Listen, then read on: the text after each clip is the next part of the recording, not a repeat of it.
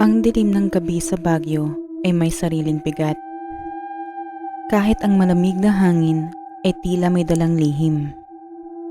Parang may mga matang nakatingin sa akin mula sa kagubatan habang papunta ako sa Diplomat Hotel. Matagal ko nang gustong makita ito. Bilang mahilig sa paranormal at misteryo, hindi ako madaling matakot. Pero iba ang pakiramdam ko nang makarating ako sa tuktok ng burol, kung saan nakatayo ang abandonadong gusali. Tahimik ang paligid. Hindi ito ang tahimik na nagbibigay ng kapanatagan. Isa itong katahimikan na bumibigat sa dibdib. Nagpapakirot sa loob. Walang kulisap, walang huni ng ibon, walang kaluskos ng dahon. Para bang may humihigop sa tunog ng mundo.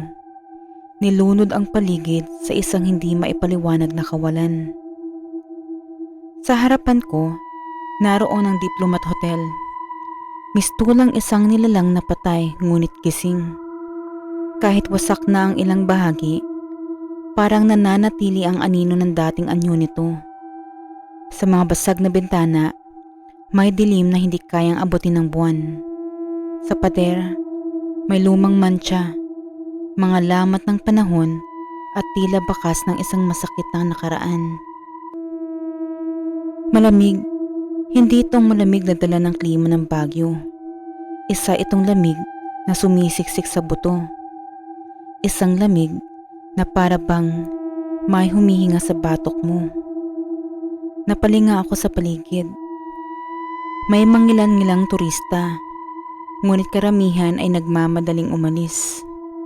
May ilang estudyante nagpipicture, may magkasintahang mahigpit na magkayakap sa tabi ng fountain, ngunit tila hindi sila panatag.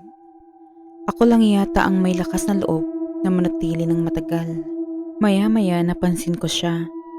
Sa dulo ng mahabang pasilyo, may isang babae, mahaba ang buhok, kulot, bumabagsak sa kanyang balikat at likod. Suot niya isang puting bestidang lumang-luma, marumi, tila hindi na nilalabhan ng maraming taon. Nakatayo lang siya doon, tahimik, hindi gumagalaw. Hindi ko alam kung paano, pero kahit madilim ang paligid, kitang-kita ko siya.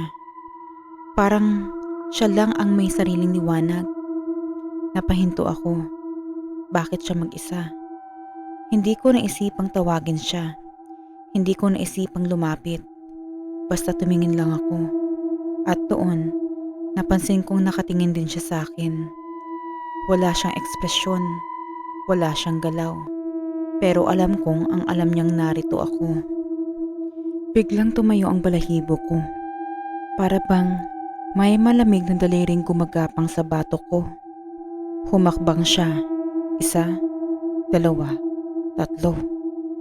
Hindi ko na malayang napaatras ako. Sinubukan kong kunan siya ng larawan. Ipinokos ko ang kamera at pinindot ang shutter. At nang tingnan ko ang screen, wala siya sa litrato. Napasinghap ako. Nanginginig ang daliri kong muli siyang kinuhanan ng larawan. Ngunit wala pa rin siya sa screen. Napatingin ulit ako sa kanya. At saka ko napansin, mas malapit na siya ngayon. Pero hindi siya lumakad. Mas malapit lang siya bigla. Parang sumikip ang dibdib ko. May kung anong bumibigat sa loob ko. Tumingin ako sa paligid. Nasaan na ang ibang tao? Nasa loob pa rin ba ako ng hotel? Kailan pa nawala ang liwanag? Kailan pa lumamig ng ganito? Tumingin ulit ako sa babae. Mas malapit na siya. At ngayon, mas malinaw ko siyang nakikita. Ang kanyang balat, hindi siya maputla. Mamasa-masa ang kanyang balat. Tila may bahid ng dugo. Ang kanyang mga kamay, ang kanyang mga daliri, may punit-punit na laman.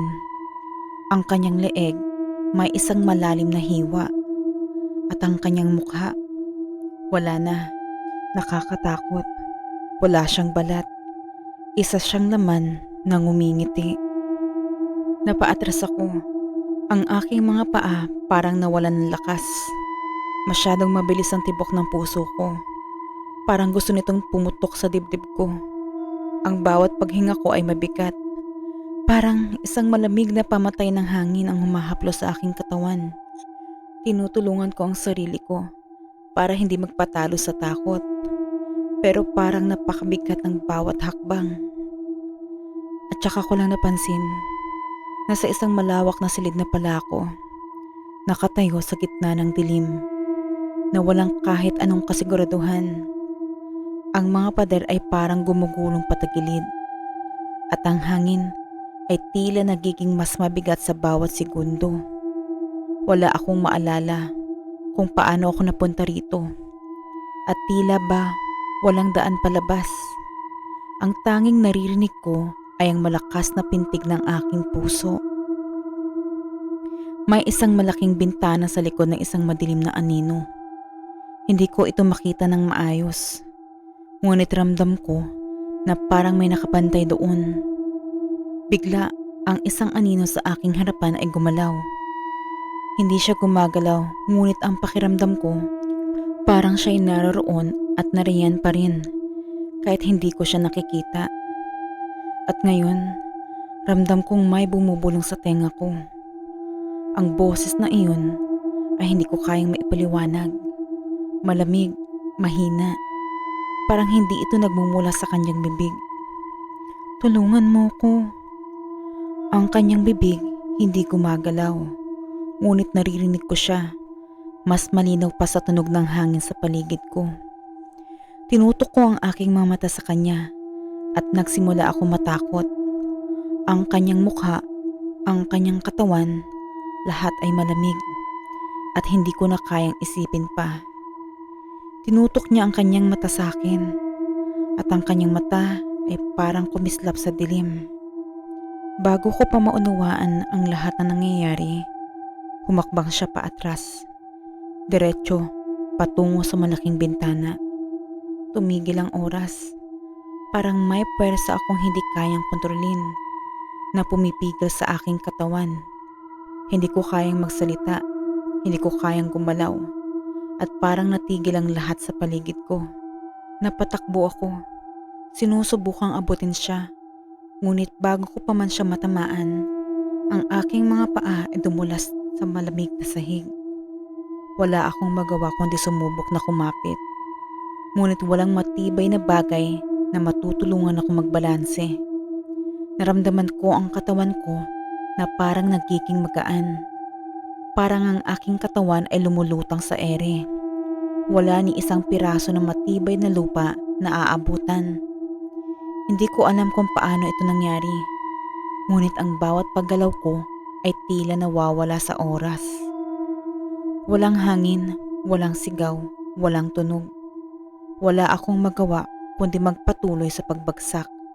Mabilis, pababa, patuloy hanggang sa bumagsak ako sa madilim na sahig na hindi ko alam kung anong klase ng lupa ang hinawakan ko. Nagising akong nakahiga sa malamig na sahig ng Diplomat Hotel. Nanginginig ako. Buhay pa ba ako? Madilim na. Gabi na pala. Napabalikwas ako ng tayo. Nasaan na ang babae? Wala na siya. Dali-dali akong lumabas. Tahimik ang buong paligid.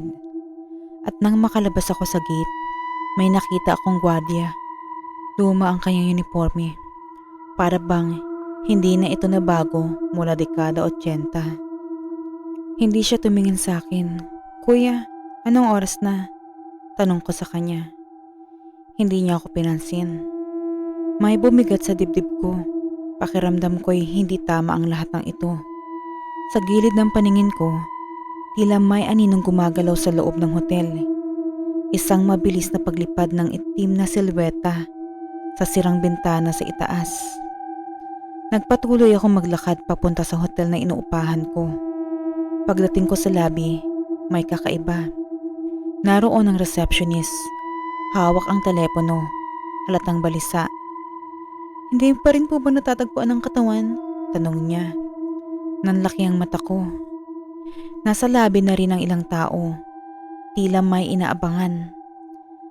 May nakapatay na TV, pero sa refleksyon ng salamin sa tabi nito, may lumang balita akong nabasa. Isang babae, natagpo ang patay sa Diplomat Hotel. Napatingin ako sa receptionist na muli nagsalita. Mag-iisang araw na po siyang nawawala. Huling nakita siya sa Diplomat Hotel. Nanginig ang buo kong katawan. Napatingin ako sa aking mga kamay. At saka ko nakita. May dugo sa aking mga palad. Basa pa ito. Isang patak ng dugo ang nahulog mula sa aking daliri. Umagsak sa sahig. Hindi ko na malayang humihingal na ako. Ang tunog ng aking hininga ay parang umuugong sa tenga ko. Nangingibabaw sa tahimik na paligid. Napasandal ako sa pader. Nanginginig ang buong katawan ko. Tumingin ako sa salamin. At sa loob ng salamin, wala ako. Ngunit may isang taong nandoon. Ang babaeng sinundan ko sa Diplomat Hotel. Nakangiti siya sa akin. Pero hindi lang siya nakatayo. Dahan-dahan siyang lumalapit. Sa loob ng salamin, siya lang ang gumagalaw. Ang kanyang mga mata, maitim na butas. Ang kanyang bibig, bumukas. Unti-unting bumuka ng hindi na dapat kaya ng tao. At sa isang iglap, naramdaman ko ang malamig na hininga sa aking batok. Tapos na. May bumulong sa likod ko. Bago ko pa maharap ang aking likuran, isang malamig at malalim na kamay ang dumapo sa aking balikat at tuluyan ng bumalot ang dilim.